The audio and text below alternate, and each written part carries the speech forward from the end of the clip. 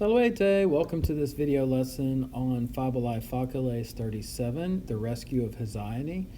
This is part of the cycle of stories dealing with the Greek hero Heracles, or Roman Hercules in English. Hesione here is the daughter of the king of Troy, Laomedon, the lying king of Troy, who is offering his daughter as a sacrifice to a sea monster to try to appease the gods. Let's see what happens. Laomedon cum hoc responsum renuntiatum esset, magnum dolorem percepit. Laomedon, when this response had been reported by the oracle, of course, the oracle he consulted, renuntiatum esset here, two-word pluperfect passive subjunctive form. All right, so Laomedon, when this response had been reported, felt great pain. Said Tamen, but nevertheless, utque suos tanto periculo liberaret, in order that he might liberate his citizens, or free them, tanto periculo, from such great danger, oraculo parere constituit, he decided to obey the oracle. Ad diem sacrificio dixit, and he said a day for the sacrifice. Sed sive casu, sive consilio, but whether by fate or accident, casu, or by concilio, plan deorum of the gods, Hercules tempore opportunissimo Troiam attigit. Hercules, at the most opportune time, arrived at Troy. Ipso enim tempores puncto, for at that very point of time, quo puella catenis vincta ad litus deducebatur, ille navim apulit. Time at which, quo, the girl bound in chains, vincta catenis, was being, led down to the shore, ad litus. He drove his ship in, that is to say, he landed his ship, apulit navim.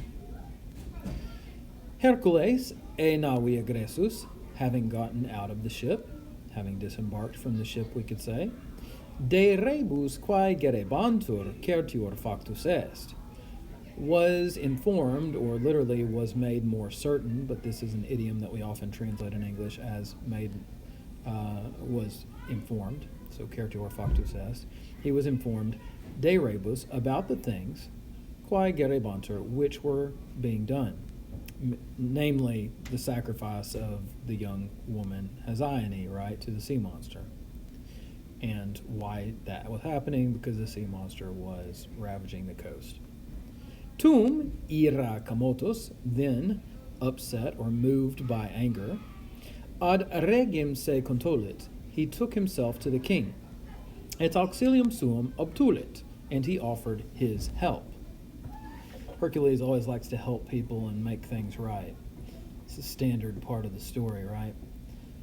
Cum rex lebinter ei concessit, when the king had gladly conceded to him, or yielded to him, ut si posset puellam liberaret, that if he could, he should free his daughter, Hercules monstrum interfecit, Hercules killed the monster. Nobody else can do it, but of course he can, right? Et puellam, quae iam omnem spem salutis deposuerat, in columem ad patrem reduxit. And he brought back, the reduxit way at the end, the girl who had already done away with, put aside all of her hope of salvation or safety. He brought her back in columem, unhurt, to her father. Laomedon magno cum gaudio filam suam accepit. Laomedon received his daughter with great joy, magno cum gaudio. Et Herculi pro tanto beneficio meritam gratiam retulit, and to Hercules for such a great kindness or favor, he returned the deserved thanks. Okay, so here's where I don't like this version of the tell. Remember the whole thing about lying Laomedon. He got in this trouble because he didn't pay up to Apollo and Neptune for building the walls of Troy. So in the normal version of this story, he's offering, Hercules is not interested in Hesione. That's a typical thing. Hey, you save a princess, you get the princess, right? So you might expect him to take her as, his bride in marriage. But he's not interested in her. What he is interested in is Laomedon has a chariot racing team of horses that are descended from the horses of the sun god. So the horses of the sun god are the best in Greek mythology, right? They're super fast. They fly through the sky carrying the sun's chariot and all of that. So that's what Hercules wanted. And in the normal version of this tale that you hear in Greek myth, Laomedon doesn't pay up. He doesn't give him the horses of the sun god that he wanted. And so guess what? Hercules gets upset with him, and basically he comes back later and attacks Troy with one ship. And with one ship full of some of Hercules' friends, he is able to defeat the city of Troy in like one day, right? He just shows up, they run over the walls of Troy, and they defeat Troy, right? And then, of course, you might be aware of the Trojan cycle and the whole Trojan War thing. It took 1,000 ships and I think it was 10 years. Yeah, 10 years for the Trojan War, right? So here you've got Hercules doing the whole thing in a fraction of that, right? So it shows you how much worse the heroes of the later generation were. If you compare Achilles to Hercules, Achilles was the best of his generation, but he's basically nothing compared to Hercules.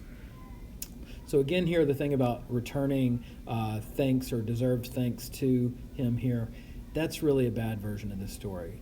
It doesn't fit with the normal sequence of things, with Laomedon being the liar who never lives up to what he says. All right, well, I hope you enjoyed 37 here, and we'll pick up again with 38 next time.